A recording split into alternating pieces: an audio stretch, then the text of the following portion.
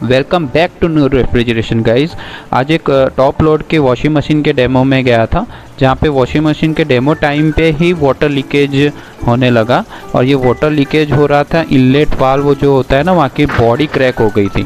वो body crack क्यों होती है? वो जो डिलीवरी एजेंट होते हैं ना, वो अच्छे से प्रोडक्ट को संभाल के लाते नहीं हैं, उसकी वजह से ये प्रॉब्लम होता है। और ये देखिए यहाँ पे है ना, लीकेज हो रहा है, बॉडी क्रैक हो चुकी है।